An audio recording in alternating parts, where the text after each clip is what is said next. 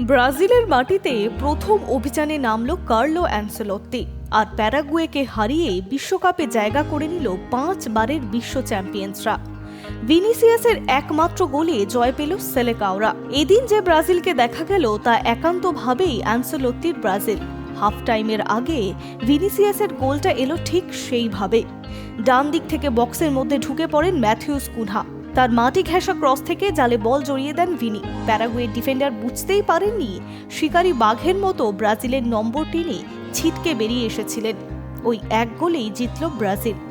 11টি shot, তার মধ্যে গোল লক্ষ্য করে 4টি। বল পজিশন 73%। কুনহা ছাড়া রাফিনহা ও মার্টিনেলিকে এই ম্যাচে সুযোগ দেওয়ার ফল পেল ব্রাজিল। দ্বিতীয়ার্ধের শুরুতে প্যারাগুয়েও গোলের কাছাকাছি গিয়েছিল, কিন্তু ফের ম্যাচের রাশ দখলে নিয়ে নেয় ব্রাজিল। এই জয়ের ফলে দক্ষিণ আফ্রিকার বিশ্বকাপ যোগ্যতা অর্জন পর্বে 16 ম্যাচে 25 পয়েন্ট হলো অ্যানসেলোত্তির দলে।